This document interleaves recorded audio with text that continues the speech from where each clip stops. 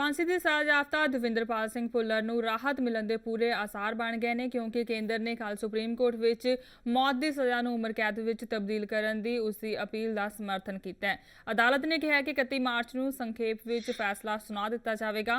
केंद्र वालों पेश होए अटॉर्नी जनरल जी वाहनवती ने चीफ जस्टिस पी सदाशिवम की अगवाई वाले 4 मैंबरी बैंच अगे कहा है कि इस केस विच जिरहा की लोड़ नहीं क्योंकि सुप्रीम कोर्ट पहला ही कह चुकी सी कि रहम दी अपीलां रद्द करन विच हुई बेहिसाबी देरी सज़ा तब्दील किए जाने का आधार बनती सी।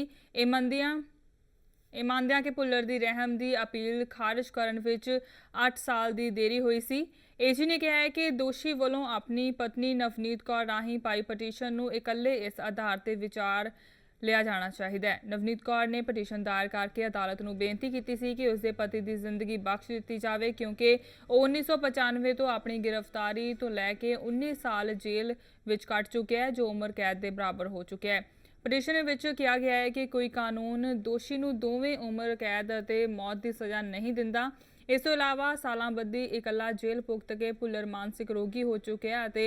अजिही मानसिक हालत वाले नूं फांसी नहीं लाया जा सकता। नवनीत कौर की इस दलील नूं उदों आधार मिल गया सी जदों 21 जनवरी 2014 नूं सुप्रीम कोर्ट के फैसले नाल 15 दोषियों की मौत की सज़ा उम्र कैद विच तब्दील की गई सी। अदालत ने मन्निया सी कि रहम दियां अपीलां दे नबेड़े विच देरी ते मानसिक बीमारी मौत की सज़ा नूं तब्दील करन दा आधार बनती है।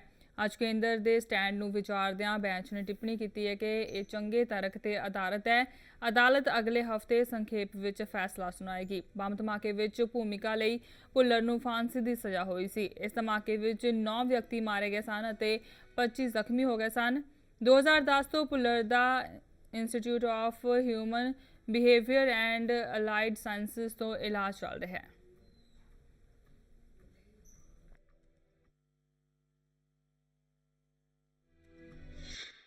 नवनीत कौर भुल्लर जो दविंदरपाल सिंह भुल्लर की पत्नी है उसकी रिट पिटिशन हियरिंग के लिए आई और 4 जज बेंच जो चीफ जस्टिस ऑफ इंडिया साहब प्रिजाइड कर रहे हैं उनके पास सुनवाई जैसे ही शुरू हुई उसी वक्त अटॉर्नी जनरल ने खड़े होकर ये कहा कि कोई भी इसमें शक नहीं है कि इस पिटीशन को अलाउ करना चाहिए क्योंकि जो कानून 3 जज बेंच ने ले डाउन किया है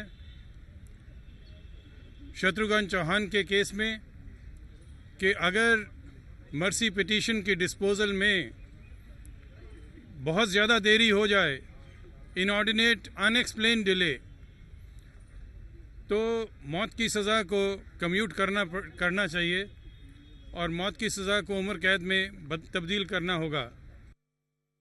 नहीं, जब सुप्रीम कोर्ट की जजमेंट लॉ सुप्रीम कोर्ट ने कर दिया तो फिर लॉ के खिलाफ तो सेंट्रल सरकार जा ही नहीं सकती।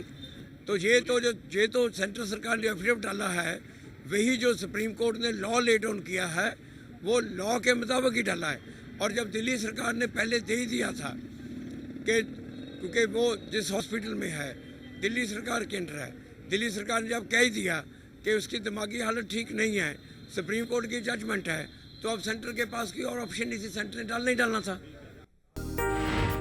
खबरां दी दुनिया विच आओ साडे नाल कदे भी ते कितों भी जुड़ो। आपां मिलांगे फेसबुक ते, असीं दिखांगे यूट्यूब ते, सानू फॉलो करो ट्विटर ते। खबरां नाल जुड़े रहो दिन रात।